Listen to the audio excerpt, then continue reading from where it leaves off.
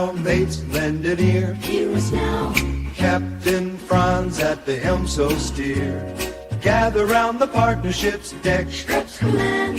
Tales from the leaders of the partnership train. So we chant by the podcast glow. Through where the bull sees the boxes flow. Dar or die. Hoist the sails. Welcome, everybody, to another episode of The Partnership. I'm joined today for the second time by Will Taylor, who is a partnerships legend. I don't know how much of an introduction Will needs, but Will used to be the head of partnerships at Partner Hacker, or later Nearbound.com, as well as at Reveal, also worked at Vidyard and several other startups, and now is a co-founder of Audience Led. So excited to have you here, Will. Thanks, and I'm excited for the second run. This time it's going to be a very different topic, and I may even have some different opinions that we get into. So I'm looking forward to the chat. It's been a year and a half, and I feel like the field changes so quickly. And so, I'm curious to see where your opinions have changed. If you want to catch more Will goodness as well, check out our episode on your first 90 days in partnerships, which launched in January 2024. So it's been quite a while. But with that said, Will, I would love to get for the people who have been living under a rock for the last 3 years and haven't heard about you yet, can you tell us a little bit about how you fell into partnerships? I fell into partnerships because I was looking for my next job, and the partner piece of that job that I got was just kind of new to me. And I was like, oh, that's cool. There's this partner thing, but I care more about this other thing, which was enablement and, training people. So I was doing partner enablement. And I quickly learned the impact that it can have in an organization. We were a third of the size of the sales team, but we were producing a third of the revenue. And then, marketing was producing a third and sales was producing a third themselves. So very efficient. So I'm like, okay, let's keep doing this, because if I can make businesses money, then that's awesome. Started writing about it. And the reason for that was because there wasn't a lot of content about how to do modern partnerships. There was channel and not really tech partnerships. That was new in the SaaS industry. So I just started sharing my learnings, and then that caught wind. And now I get introductions like Franz just gave me, and it still feels weird to this day. I go to an event and then people go, I love your content. And, it makes me feel awesome, because that's inbound networking, which is fantastic. But that's how I got obsessed with the world of partnerships, based on the impact it has on a business, but then also the interaction, because I'm obsessed with networks, ecosystem, social, sociology, psychology, how we interact with others.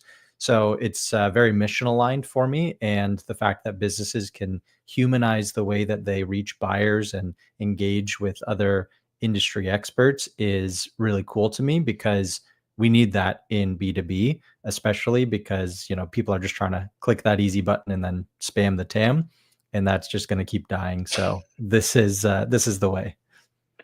Spam the TAM is one of my new favorite sayings. It's kind of crazy to think that, I think we met the first time around 4 years ago or so, and we were both struggling with exactly the same problem, where it was there was no partnerships content out there. And so the two of us were networking through the entire ecosystem and just trying to meet everybody we could, asking them the same questions, what is a partnership, and so forth. And so, it led to a ton of content. Your podcast, Howdy Partners, this podcast, the book on partnerships, which, is the book I wrote last year. I had a really funny moment, actually. I didn't tell you about this yet, but I was in London a month ago, and I went to the partnerships leaders meetup where there were 15, 20 people. And I had a couple books with me because I wanted to hand them out and just meet some new people. And it was actually hard to hand out these books, because so many people there were oh, we already have the book. Nice. And that was such a mind-blowing experience for me, where I was wow, we really did something right, where there is now a go-to guide, and there are now go-to places for partnerships people to learn that we just didn't have 4 years ago.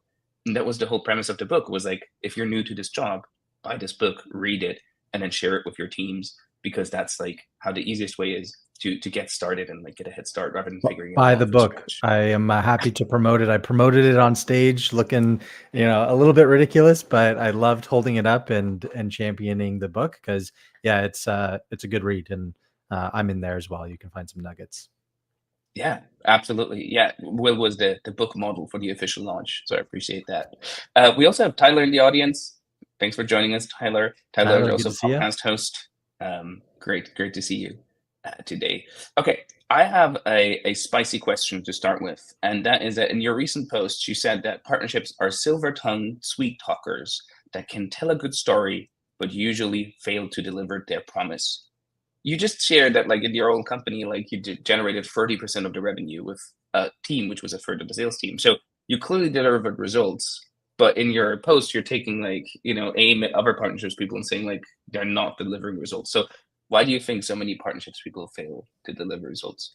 So I'll tell the origin story of that. I can't take credit for it. It just resonated, unfortunately, deeply. That was through a conversation with an industry analyst that's like focused on the revenue side of things. So it's not Jay McBain, to be very clear. It's an analyst and like academic firm that they themselves used to be a partner person. So they were actually successful at a Fortune 1000 company doing partnerships. And I approached them with an idea of integrating partnerships into their revenue model, essentially. And this person said that phrase to me. And I wasn't taken aback, which I'll get into in a sec, but they hesitated because they were like, I don't want to offend anybody, but like, this is my experience. And it really dawned on me that, the challenge that most partnerships people have to get buy-in internally is due to a lack of understanding on both sides of, the CRO maybe knows, what partnerships are and has an idea of reseller, distributor, VARs, whatever their experience is, but they don't know how to engage with it. They don't know how to see it as a lever to pull to get more out of, the activities with those partners to make things more predictable. And, I reflected on that comment and it kind of stuck with me because there's a lot of talk and there's not as many examples. There are examples out there, but in terms of presenting a methodology or presenting ideas of why partnerships are beneficial to an organization doesn't tell a good enough story. It may tell a really good story, but it's not good enough to the CFO, the CRO, and those who effectively hold budget and, direct dollars to hire more partner people. And so with that, if we're just talking story and methodology, then these are just going to be good ideas that we bring to our partners and they're going to think it's a good idea. But if we don't execute and if we don't have rigor in how we execute and track things and associate what we do back to the bottom line in more than just here's what my partner influenced and sourced for us, that is essentially, in my opinion, why there's this perception of the silver-tongued sweet talker and why partnerships people fail to deliver results. Not everyone, but I would say a majority, which is why we see a lot of layoffs, unfortunately.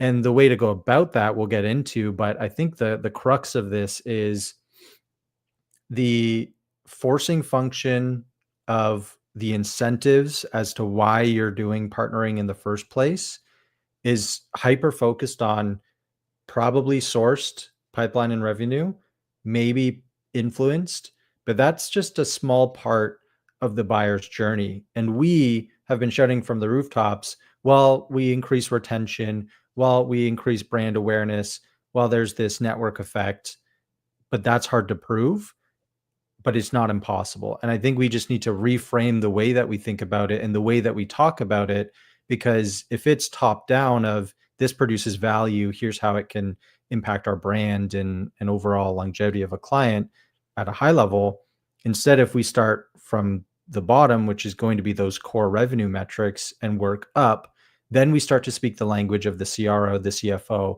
and we can command more dollars. But also, which we'll also get into, how you can better associate your actual activities back to those core revenue metrics. Now, it kind of like blows me away because there are so many like really awesome partner people and like really big companies that do partnerships. And I haven't seen a lot of talk about the impact across the buyer's journey and on core revenue metrics more than just the influenced or sourced pipeline or closed revenue. There's some data on retention, but it's not this hard and fast thing that we as partner people command our C-suite to pay attention to. And that's where I think our failing point is one, how we communicate it and tell that story, and two, how we track and apply our rigorous execution to that bottom-up approach versus the strategic layer. We get it. Partnerships are strategic. They work in the long term, but that's where I think the crux of most partner people's failures are. I speak from experience as well. I'm not calling anybody out. Like, this is where I had pitfalls, and I'm just like, that's not good enough for myself. I hold myself to a higher standard, and I want to prove it. I want to be undeniably valuable in an organization. But if that's not clear as day in the data, then you're going to get let go. Yeah, I think so. I think it's a challenge which a lot of partnerships people have, right? There are so many people in our industry who are like one people partnerships teams or so, or two, and they never scale beyond that. And I think the reason is that everybody can like understand that like partnerships are important. We need that trust layer with other companies. But until you can actually prove, how are partnerships impacting revenue overall, where is the direct link between our metrics and the partnerships activities, there will never be any additional investment in partnerships. Because people will always be like, well, we kind of get it, but we don't really understand what's going on. Like, we don't really understand like how this is going to like yield to more results. And that also means, we will have less career progression for partnerships people as well, because there's not an opportunity to become, for example, a chief partner officer if you're just a team of one. So I think, it sounds like there's a lot going on. And I think it's also on partnerships people to explain partnerships better. And I would be curious on, our lived experience from 4 years ago that we just mentioned is that it's so hard to understand partnerships. It seems very complex, even though it doesn't have to be. I think there are now a lot of pieces of content that demystify it a little bit. But why do you think that partnerships have been so complex in the past?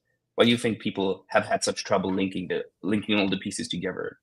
I think because there's two things that happen. One is businesses have become so myopically focused on what is the funnel and what are the numbers, and those are important, and I'll get to that eventually in this chat. But the myopic focus of I just need to create this marketing piece of content so I can increase my MQL rate, and who cares what the buyer experience is? They have 10 check boxes. I don't care. I'm hitting my number because I need to track it. Like, the dehumanization and the like way to like over systematization of how buyers can engage with the business is one element of it, because then, because it's easier to track that when someone lands on our website, it says Google was the source, and we go, great, Google's working awesome. We're getting so much from Google.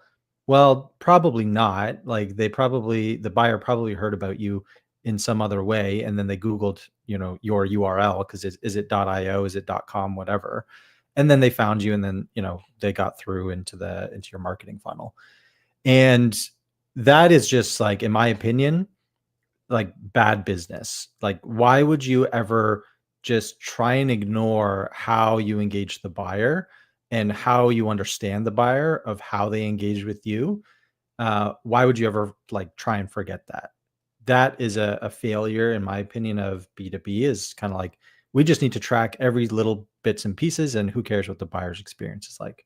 The second piece is, and so like partnerships, if you try and plug partnerships into that system, of course it's going to seem complex because I can't track it. I can't get a checkbox. That is going to tell my marketing team it's not valuable because their incentives are aligned with these specific trackable moments. And it's not focused on the buyer, so it's not actually focused on value. And so, partnerships as an arbiter of value, it just seems more and more complex. That's the first thing. The second thing is partnerships are generally more broad because they are, Jay McBain talks about the 28 moments of influence or the buyer's journey. Companies have direct access or attribution over 4. That's complex. So why would it make any sense for us as a business to even try and think about that when I can just think about the numbers and the check boxes and, the MQL score? That's easier to think about. So the complexity, even though I'm going to explain it relatively simply in just a moment, the complexity then just makes the other departments go, I don't want to think about that because that's not what I'm incentivized to do. Now, because of the broadness of partnerships, so many different types and all that, the way that we can reduce complexity is simply asking how someone else has purchased something in the past. Did you Google this kind of solution? Maybe you did. Okay. What about this other thing? How did you navigate the actual buying experience? Well, it's probably the case, and this is how I'd explain partnerships. It's probably the case that you as a buyer are engaging in communities, peer groups, you're transacting with other vendors, and you get exposure to other apps or other solutions and services. You got exposure to them. Then maybe you asked some more questions, you did a bit more research, still getting more exposure through these other third parties that you already engage with. And then eventually you got closer and closer to hitting Google and putting in the actual solution that you went to buy. That is partnerships in the sense of all of those other points along that journey. Those can be your partners, and it's not hard to partner with them. It's not hard, especially if you integrate with them. And so the idea of partnerships needs to focus on, well, what is the buyer experiencing? And if we bring it back to the buyer, that's kind of the silver bullet, in my opinion, is, well, do you as a buyer go to a blog and read every single blog post and like you can't wait to be attributed as an MQL, or like get cold called because you landed on their website and they identified you with their, identity resolution tool? No, absolutely not. That's not how buyers want to be engaged. So if we bring it back to the buyer, their journey and the buyer's world, which is not hard to like actually depict, that's where you can start to get, one, more intelligent, but two, still keeping it simple enough that marketing has this part of the journey, the sales has this part, success has this part. This is how it all works. And this is, partners play a role. We'll get into that model that I've been working on, but the complexity, in my opinion, comes from it being so broad and having so many definitions, which partners don't care about how they're being defined. Buyers don't care about how your partners are being defined. So that complexity is kind of unnecessary. And then the myopic focus, which is like they reduced their own, like the other departments generally have reduced their own thought bubble to like this one specific thing, get me the checkbox, and then I get my bonus. And that's why anything else seems much more complex. Yeah, that resonates a lot. It reminds me of our last episode with Sharon Markovitz, who used to head up product marketing at the Zoom App Store. And we talked about the difference between partner marketing and product marketing. And her ultimate answer was like, it doesn't matter. Like as a customer, you don't care if this piece of content comes from the product marketing team or the partner marketing team. You're not sitting there thinking like, I'm an MQL. Like, I wonder what's going to happen next, or am I partner sourced? Like, Right. Like as a customer, you don't care. It's like just the whole experience has to be unified, right? I think that's a really important focus, because as a company grows, we get a little bit too myopic, like you said, about like the distribution and the attribution, rather than in reality we should just focus on like how can we get these customers a great experience and get them in to use a tool. So I wanted to touch on the topic of today, which is like ecosystem ROI. And I feel like what you just described is kind of partnerships, but you also described something far bigger with like all the touch points. I think Jay McBain said that the average customer has like 28 touch points throughout their buying journey, and most of them are owned by partners, not by you. And so I'm curious, like, how do you define an ecosystem? What's the difference between partnerships? Is it just another buzzword? Are we just trying to rebrand in order to make sure that like, hey, this is actually a completely different, modern, cool thing? Or is there a substantial difference? Yeah. I would say partnerships are the formal relationships that you have, whether it's on paper or it's just, you clearly have, some, let's say, integration or regular engagements with entities or people in the buying ecosystem, which I'll explain the ecosystem. Partners are kind of like, you have ecosystem as a very broad, large layer, but then partners are kind of like, who do we formalize with? Who do we develop a relationship with that we have ongoing activities with? That's where I see partnerships in the more traditional sense. Like that's how it's generally defined in an organization, is who do we know we can rely on as a partner, that we can do things with, that we can call on, that we are integrating with, that we track against, all that kind of stuff. The ecosystem is broader in the sense that most teams don't think of, let's say, an influencer posting about their tool on LinkedIn as a partnership. I mean, they should in general to make it more strategic, but like they don't think of it in that way. They don't think of the sponsorship with a community as a partnership. They don't think about how, irregardless if you pay someone to post or encourage them to post, if there is someone, let's say, posting on social or talking about in general in the ecosystem about your solution, would you not want to know that as a business? Like, and would you not want to operationalize that? And so identifying the ecosystem is essentially, you have a group of target buyers, call it your SAM, SAM, your sales addressable market, versus your total addressable market. Find where that buyer ecosystem is. And if you do any other questions more than what your solution offers and get curious about what their world is like, you'll find that in this sphere, we have a good graphic at Audience Led where there's a big bubble that's your target buyer ecosystem. In that big bubble, there are smaller bubbles. And this is where there's like reach and influence. These smaller bubbles are the influencers, the agencies, the other tech companies that have, the ear of your buyer. You as a company are probably a smaller bubble that's maybe on the outskirts, if you're not partnering especially, and you have only some of the ear of your target buyer.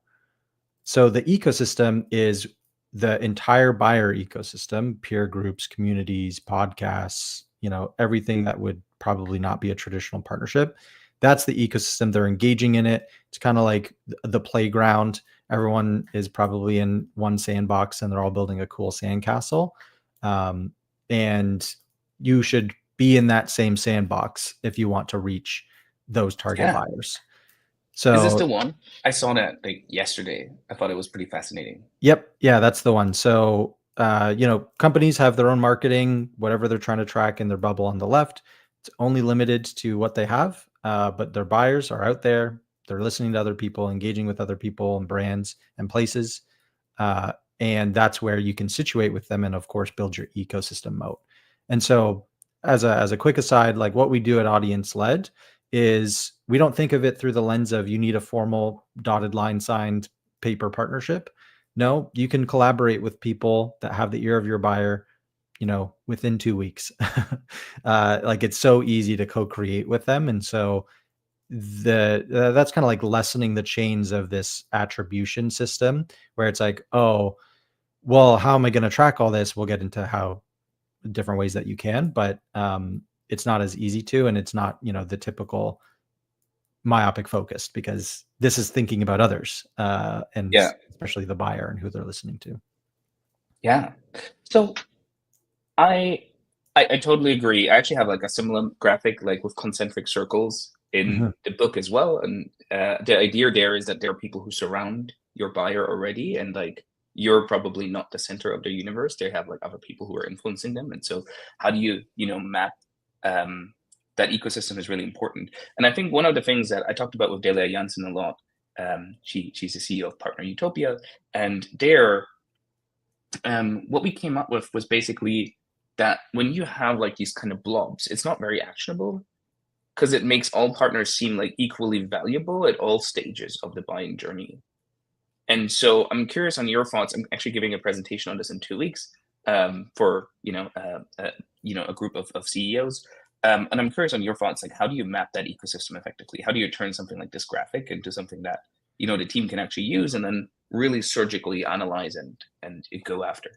Yeah, so this is where I've started putting thought to and like actually creating models around what partners fit best across the buyer's journey. And this is like right now a general recommendation, and I always recommend people take like their own specific partners and map them for what they think is best for how that partner could influence a buying decision.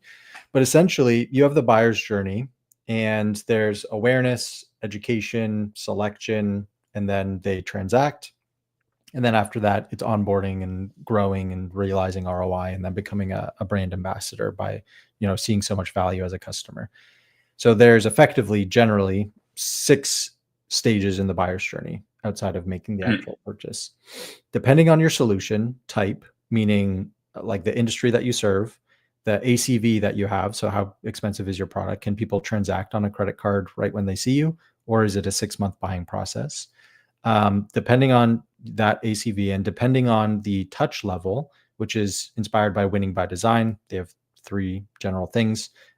What stage is your business at? That'll inform, how you should go to market, including with partners.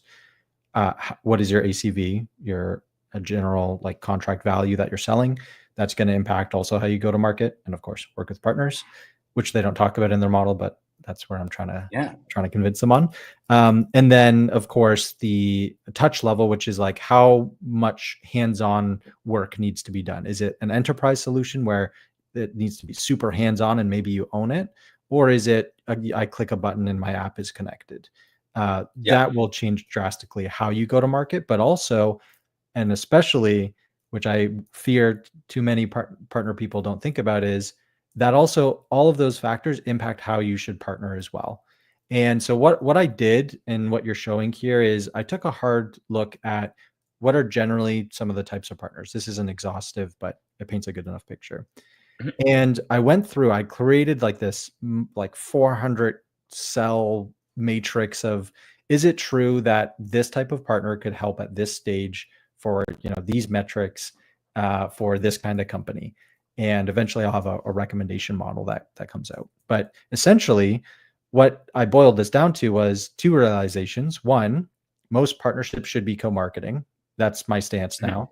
You shouldn't be co-selling with other technology vendors because they only know how to sell their technology.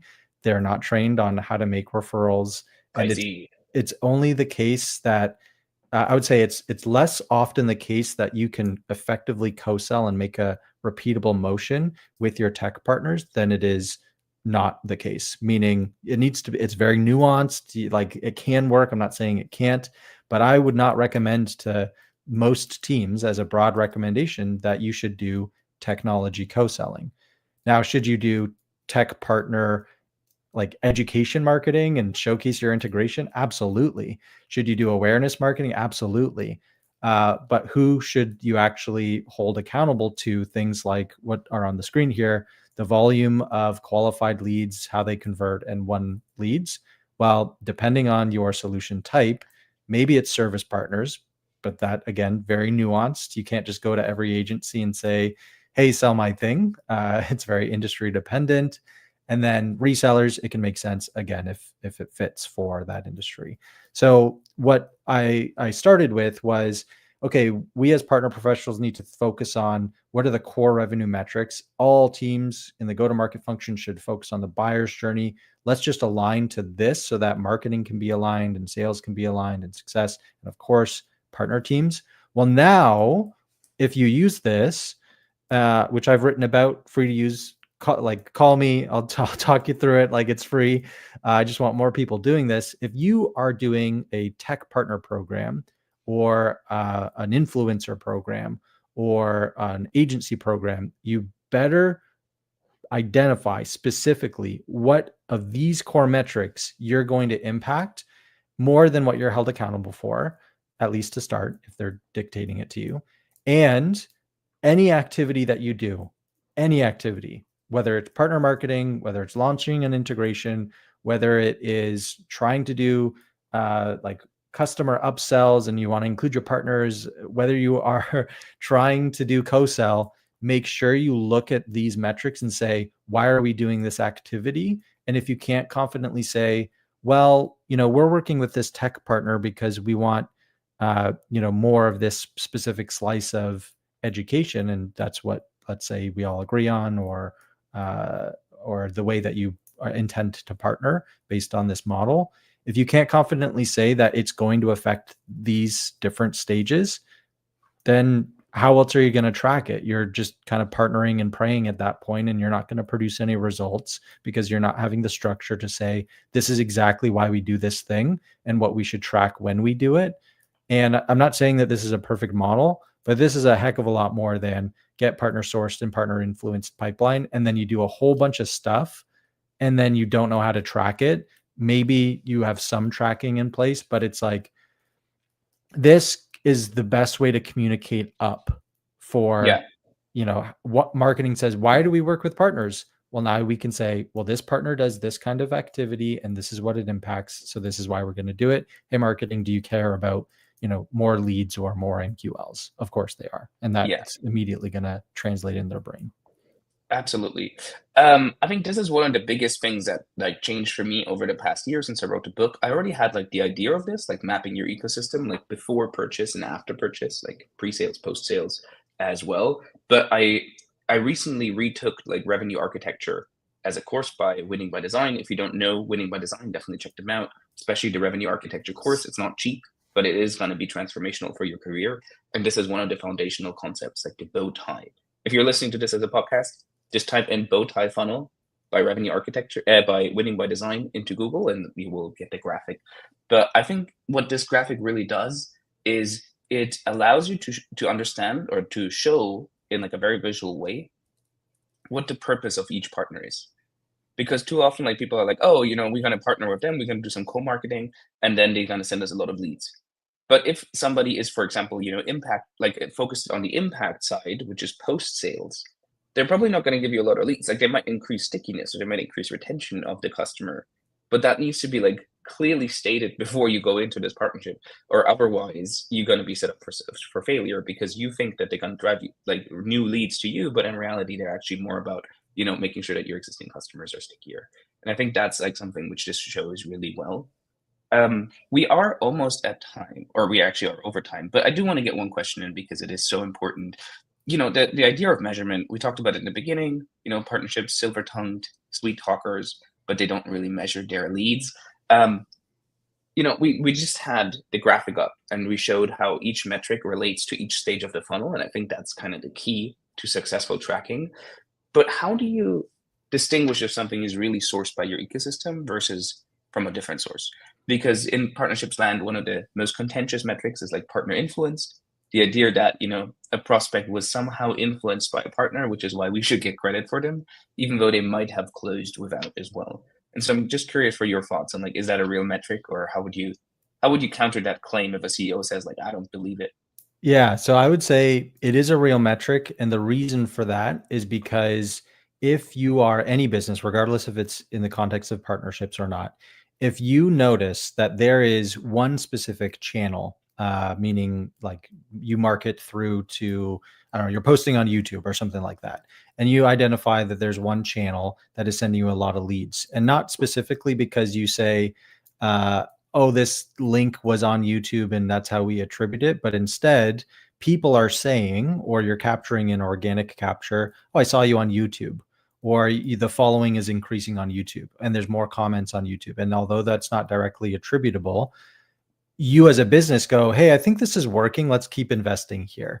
That's just smart business. And so this is not direct association of that channel being the most effective in the example I gave, but it's good business, and it's effectively correlation of, well, although we can't prove it, we know that there's been a lift since we've been doing this thing, and we can kind of prove it, and there's organic mentions. So let's keep doing that thing. And if you were a salesperson and you heard from all of your buyers that they cannot stop hearing about you at this one local event, do you think your business should go and sponsor that event or go and attend that event? Absolutely, you should. Why would you not? It would be so stupid as a business to not do that. So partnerships is exactly the same, because if you keep hearing that this integration would make me purchase your solution, or I keep hearing about you from this other, service agency, or this influencer can't stop talking about you, would you go work with them some more? Absolutely you would. And you should, because that's good business. Now, is that directly attributable to this checkbox that the buyer didn't want to fill out, but they had to anyways, and then you cold called them? Well, no, it's not as attributable, but you can still capture some through organic, or through, I've been exploring different ways to capture like social signals, or if it's off your website, how can you actually track this? Of course, affiliate linking is one solution, UTMs, all that kind of stuff. There is a way to do it. And in general, it's just the best way to do business. So that's what I would say with those two examples to any C-suite that is hesitant to continue to invest. But also specifically, like, I'm not saying you don't try and do traditional attribution, get that campaign code onto the opportunity or to the lead, and just make sure that you have systems in place to track this effectively, which could be how many times were we mentioned by partners on social, and then also through this organic capture, meaning conversations that they're having with our sales team, or marketing forms that they're filling out. How are they mentioning partners? Those are directly attributable ways. And then you can blanket that with, well, partners talked about us 100 times more this month. And by the way, we saw a pipeline lift of A, B, and C. Does that mean it worked?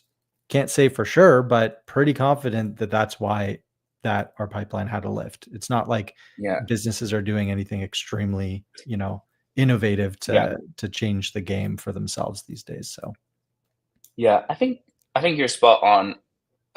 In marketing, they always say that it takes up to 15 touch points to convert somebody. And, these touch points will have to be different ones. They have to be ads, they have to be events, they have to be partners, and so forth. But what really matters is probably which touch point pushed them over the line. Like, I can see an ad for NordVPN like 100 times and not care until like my favorite influencer says like, this is the one. And so I think one great approach as well is probably to just ask your prospect, like, where did you come from? Like what pushed you over the line, right? And it's going to be like fluffy, it's going to be hard to track, but ultimately, like, which touch point was more important, the 6,000th ad that you've seen, or like that one recommendation from like a friend or a trusted partner, right? And so that's something which is important to keep in mind. I do understand though that it's still kind of tricky to measure. We are quite a bit over, so I think this is a good time to wrap it up, Will. I feel like these conversations could always go on for way longer. But before we go, I want to give a shout out to John, Jonathan, and Tyler, who joined us live in the chat. Thanks for being here live. And where can people find out more about your content and about Audience Led as well? So follow me on LinkedIn. I'm very active on there. That's the main channel we produce. We're going to be launching our own series for what we do, meaning how do you go to market with your market? We're going to be doing exactly that with those in the ecosystem, and audienceled.com. If you want to learn more, you'll see more graphics like we shared. And we're changing the game. We're helping teams go to market with their market like they should. Awesome. Cool. Very excited about that. With that, that's a wrap for today's episode. And we will be back in 3 weeks, because I will be speaking in 2 weeks. So in 3 weeks, we'll be back with another episode of The Partnership. Thanks, everybody. Thanks, everyone. Hark now, mates, lend an ear. Hear us now. Captain Franz at the helm, so steer. Gather round the partnership's deck. Schrepf's command. Tales from the leaders of the partnership train. So we chat by the podcast glow. Through wearable seats to boxes flow.